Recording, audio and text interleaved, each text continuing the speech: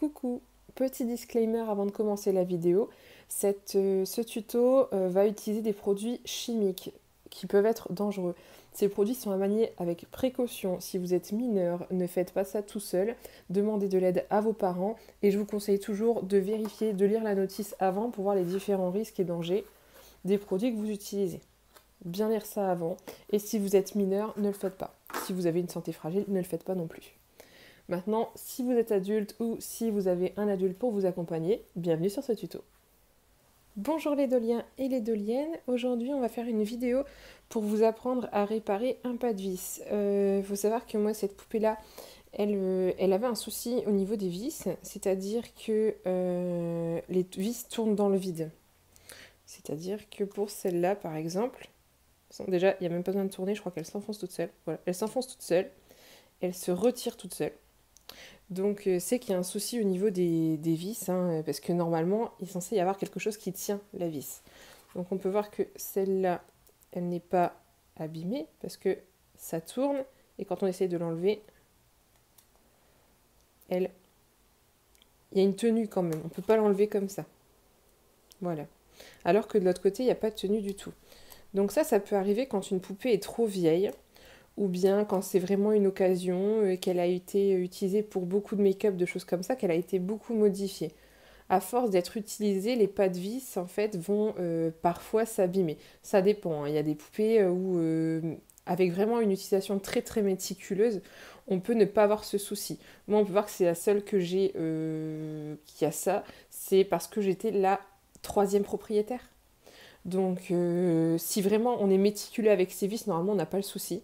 Moi je suis très méticuleuse, donc il faut savoir que pour ne pas abîmer le pas de vis et ne pas avoir le souci, on va vraiment essayer d'être le plus droit possible quand on visse. Et s'il y a un souci, ben pas forcer surtout. Essayez de voir ce qui pose problème, mais pas forcer comme un malade. Sinon c'est le meilleur moyen pour ruiner le pas de vis et vous retrouver avec quelque chose où vous avez juste la vis qui rentre et qui sort et qui tient plus rien du tout. Donc ça fait des années que je cherchais un tuto pour pallier à ce problème, parce que moi j'aime bien changer les achibes, j'aime bien changer les make-up, donc forcément avec ce problème-là, j'ai été vraiment bloquée avec cette tête-là, c'est pour ça que pendant un moment elle était en vente. J'avais précisé le souci, hein, bien sûr, je trouve que c'est quelque chose de super important, l'état des vis pour la poupée, si on veut la customiser, donc revendre une poupée qui a un souci de vis sans le dire, pour moi c'est impossible. Je trouve que ce serait malhonnête. Donc j'avais précisé, hein, parce que après pour des gens qui customisent pas, ça peut être pas mal, hein, s'ils savent qu'ils vont jamais ouvrir la tête.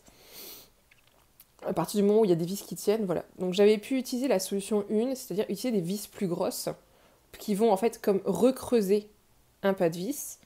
Mais cette solution-là, elle me plaisait pas, parce que les vis, elles étaient trop grosses, inesthétiques, et puis moi, je voulais vraiment avoir la réparer pour pouvoir l'utiliser comme avant. Donc j'ai fait le test hier, et j'ai pu réparer ce pas de vis-là. Donc comme ça a marché, je vous fais le tuto pour les autres. Donc je fais ce tuto-là en vidéo, parce que c'est un tuto que j'ai cherché pendant des années, comme je vous le dis. Ça fait depuis au moins 7 ans, je crois, qu'elle est dans cet état-là, et que je suis embêtée. Donc j'ai regardé des tutos, j'ai cherché un petit peu, des tutos vidéo pour réparer le pas de vis des plis, j'en ai pas trouvé. Donc je fais celui-là. Sinon j'avais vu des choses sur internet par écrit, mais sans trop d'explications et sans les marques non plus qu'il fallait. Donc je me suis un petit peu lancée à l'aveugle parce que j'en avais marre et que je voulais juste qu'elle puisse refonctionner pleinement. Et comme ça a fonctionné, j'en suis plutôt contente et je voulais vous le faire partager. Donc petit disclaimer, je suis une adulte, je l'ai acheté moi-même, donc ça n'engage que moi. La poupée aussi, c'est une... Alors, petit disclaimer, c'est une poupée d'occasion que je n'ai pas acheté trop cher, donc c'est pour ça que je me suis permise de faire ces essais-là. Je ne peux pas vous garantir que ça va fonctionner absolument pour vous dans votre cas, avec les produits que vous allez utiliser, sur la pulipe que vous allez utiliser. Là, c'est une June Planning, pour l'instant ça marche, après j'ai pas le recul dans le temps. Par contre, les produits qui m'ont été conseillés, c'est-à-dire l'époxy, donc ça j'ai trouvé ça sur un forum qu'on pouvait réparer les poupées avec ce genre de choses. Donc normalement c'est que des gens l'ont testé dans le temps. Mais voilà, je ne pourrais pas être tenue responsable si vous causez des dégâts à votre poupée. C'est à vous de le faire en parfaite connaissance de cause. De plus, je vous conseille vraiment de le faire si vous avez un gros souci. Si vous avez qu'une vis qui tourne dans le vide, ça sert à rien de tout faire. Si les deux autres parviennent à maintenir votre tête fermée, restez comme ça. Ça sert à rien de vous embêter, d'aller acheter des choses, etc. Restez tant que ça marche. C'est vraiment les plus fonctionnels que je vous conseille, voilà, en dernier recours, de tenter ça. Donc, voilà pour ce que j'avais à vous dire.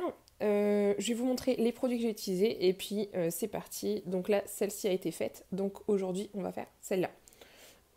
Et celle-là, je vais la laisser parce que du coup, elle tient encore un tout petit peu. Donc tant que ça tient, c'est parfait. Par contre, celle-là, pas du tout. Donc c'est celle qu'on va faire aujourd'hui. Alors, au niveau des produits que on va utiliser. On m'avait conseillé donc sur Matériel Select, donc le forum de BJD, Pulip, tout ça, pour réparer les pas de vis cassées, de l'époxy. Donc j'ai trouvé ça à Action, j'ai payé 2 € et c'est celle que j'ai utilisée. Donc je vous garantis pas sur la durée que celle-là précisément cause pas de soucis, mais apparemment l'époxy ça passe, c'est de l'époxy. Donc moi j'ai tenté, ça a marché pour celle-ci. Mais je garantis rien sur le dommage dans le temps. Ensuite, il vous faudra aussi de l'huile. Voilà. Du sopalin. Une vis. Des gants. Alors, j'ai 2 gants de couleurs différentes. Pourquoi? Parce qu'il y a une raison tout à fait intelligente. J'en ai pas d'autres. Donc si vous avez des gants sortis, c'est mieux. Mais moi, je n'ai pas d'autres gants. Du coup, on va être en bicolore, les gens. Voilà pour le matériel dont on a besoin. Et un tournevis, forcément. Sinon, ça va aller beaucoup moins bien. Il vous faudra aussi quelque chose pour couper la pâte, pour vous prendre un joli morceau. Donc normalement, ils avaient dit un couteau. Sauf que comme mes couteaux, je les utilise pour manger, j'ai pas trop envie de mettre des choses comme de la résine dessus. Donc du coup, à la place, j'ai utilisé quelque chose que je prends d'habitude en modélisme. C'est donc ceci. Donc avec la pointe, là je l'avais fait hier avec la pointe. Avec la pointe, j'ai coupé un petit morceau. Sinon, de base, c'est un couteau. Mais comme mes couteaux, je les utilise, j'ai pas trop envie de le réserver après comme usage uniquement pour des choses de poupée. Donc, c'est parti. En premier lieu, je tiens à préciser que c'est noté dans la notice, mais l'époxy, il faut éviter de la travailler sur un support humide ou gras. Donc c'est important que vos mains ou vos gants soient secs et propres. De plus, au niveau du fonctionnement, je vais vous expliquer comment ça va marcher. Donc, ça, c'est quelque chose qui va prendre forme au bout de 3-4 minutes à peu près, et il faut que les 2 composants soient mélangés pour que ça agisse. Je vous le montre pas maintenant parce que ça a une odeur affreuse. Je préfère attendre le dernier moment pour l'ouvrir. Donc on va prendre un petit bout, on va le mélanger, et ensuite on va venir le mettre dans le trou et lisser avec un couteau.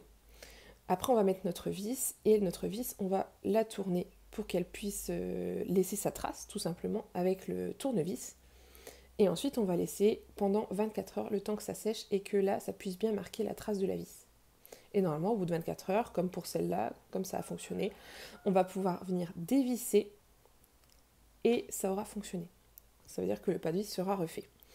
Pour éviter que la vis ne colle à tout jamais dans votre pas de vis, ce qu'on va faire, c'est qu'on va l'huiler auparavant. C'est pour ça qu'on avait besoin de l'huile. Donc on va prendre la vis, avec le sopalin, on va mettre un petit peu d'huile dessus. Et je vous conseille de faire ça avant de mettre les gants, pas comme moi la fois dernière. Parce que sinon, comme le but c'est d'éviter le gras après là-dessus, la fois dernière, du coup, j'ai mis l'huile avec les gants et j'ai dû passer 50 ans à nettoyer mes gants pour enlever l'huile. Donc je vous conseille de faire ça tant que vous avez encore vos mains. C'est parti. Donc on va prendre son sopalin avec de l'huile dessus et on va venir bien huiler la vis. Voilà. Après ça, on va bien se laver les mains parce que, vous le savez, le plastique des Pulip n'aime pas les corps gras. C'est quelque chose qui peut abîmer. Donc faire attention quand on utilise des corps gras à proximité des poupées. Hop, donc là, elle est bien huilée. On va pouvoir la mettre de côté pour tout à l'heure. Et moi, je vais aller me laver les mains avant de passer à la suite. Alors là, c'est important d'avoir vraiment tout à proximité. J'ai protégé la faceplate de la Pulip. J'ai tout ce qu'il faut. J'ai ouvert la fenêtre aussi. C'est pas forcément noté dessus, je sais plus. Mais vu l'odeur infecte que ça dégage, je suis pas sûre que ce soit complètement safe pour la santé. Donc, dès que vous êtes prêts, faut vraiment vous préparer, savoir ce que vous avez à faire. Parce qu'au bout de 3 minutes, c'est fini. Donc, il faut vraiment que ça enchaîne. Moi là, même si j'ai un souci ou autre que je bafouille, tant pis. Une fois que je suis lancée, je coupe pas. Donc c'est parti. Hop, donc on va ouvrir. Donc ça, prévoyez, si c'est la première fois que vous le faites, en fait c'était collé machin. Il fallait des ciseaux pour l'ouvrir. Donc on va ouvrir un petit peu, on va pas enlever trop le plastique pour garder pour une utilisation ultérieure. Alors tout le truc en fait c'est que ça se base sur le mélange de deux choses. Donc essayez de prendre un petit peu des deux. Essayez de prendre un petit peu du gris, un petit peu du noir. Là je pense que j'ai pris un petit peu plus de gris que de noir. Je sais pas si ça pose souci. Et je referme dès que je l'ai pris. Voilà, on referme. On remet là-dedans, et là, c'est là que l'odeur est atroce. Donc là, ça vous sent un peu genre le thon ou la sardine complètement pas fraîche, c'est affreux. Mais pas le thon en mode salade de riz, petite tomate, cornichon. Non, non, non, le thon en mode vraiment grosse truc dégoûtant. Affreux. Donc là, on mélange. Donc le but, c'est que ce soit bien homogène, parce que là, vous voyez, on voit encore les deux couleurs. Donc on mélange, on mélange, on mélange, on y va. Ça colle au gant, c'est pas grave. On fait avec. Hop. Voilà. Donc là, on peut voir que ça commence à prendre une teinte grise plus ou moins homogène. Donc le but, c'est vraiment d'atteindre une homogénéité complète et on n'est pas loin. On n'est pas loin du tout. Alors ça colle au gant, c'est normal, donc je vous conseille d'être énergique pour que ça se décolle. Voilà, donc là c'est bon.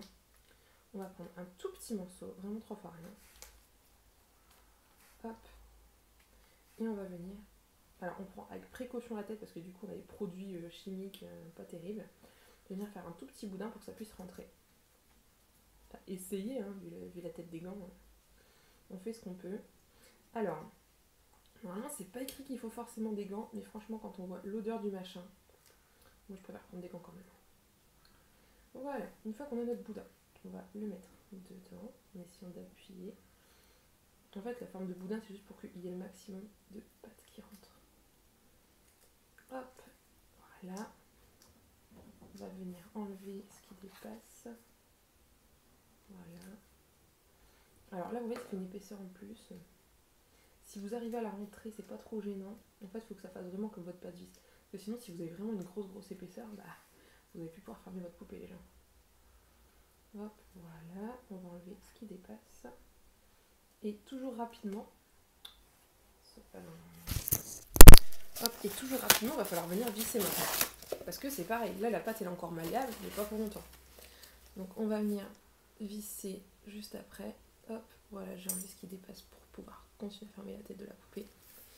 Et on va venir visser notre vis précédemment enduite d'huile. Donc on la place. On essaie de se placer le plus droit possible parce que c'est ce qui va nous servir après de pâte vis. Donc si de base on la place de biais, on va être embêté. Et on tourne.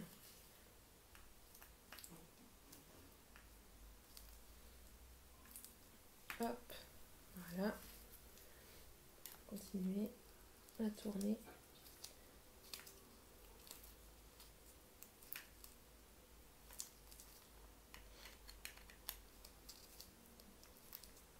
Et voilà, une fois qu'on y est, on touche plus, on laisse. Et on laisse prendre pendant 24 heures. Voilà pour ce tuto. Donc pour vous montrer que ça fonctionne, alors avant d'enlever les gants, je vais mettre ça en lieu sûr, le reste en pâte. Donc vérifiez bien que vous avez tout fermé, tout ça, avant d'enlever vos gants tant qu'à faire. Hop, on va essuyer. Donc pour vous montrer que ça fonctionne, je vais aller chercher l'autre vis qui était donc ici et vous montrer que maintenant elle tourne bien. Ça fait plaisir, ça marche enfin. Alors hop, j'enlève mes gants, j'avais mes mains et je vous montre ça. Pour vous montrer le rendu final, celle-ci, elle était exactement dans le même état que celle du haut, c'est-à-dire qu'on pouvait la mettre et l'enlever juste en retournant la tête, quoi. C'était absolument pas, on n'a pas besoin de visser. Donc je vous montre, hein, donc celle-là c'est celle que j'ai faite hier. Donc on peut voir qu'elle se visse. Hop, donc ça c'est les tournevis aimantés forcément. Donc elle se visse sans souci. Mais surtout en fait il y a une prise maintenant, quoi. C'est ça qui change tout. C'est que maintenant elle tient. Donc hop, si on secoue comme ça reste en place. Et ensuite, on peut venir l'enlever sans souci.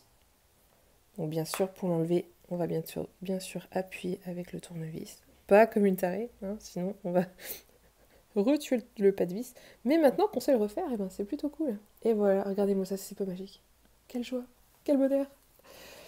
Donc voilà, c'est peut-être rien pour vous, mais pouvoir refermer la tête de sa tulipe quand elle est abîmée, eh ben, c'est que du bonheur. Donc j'espère de tout cœur que ce tuto vous aura plu. Et puis ben, je vous dis à la prochaine fois. N'hésitez pas à me dire si vous avez des choses que vous aimeriez voir aussi en tuto. Je ferai ça sans problème, mais j'espère que ça vous sera utile. Voilà, à la prochaine fois. Au revoir.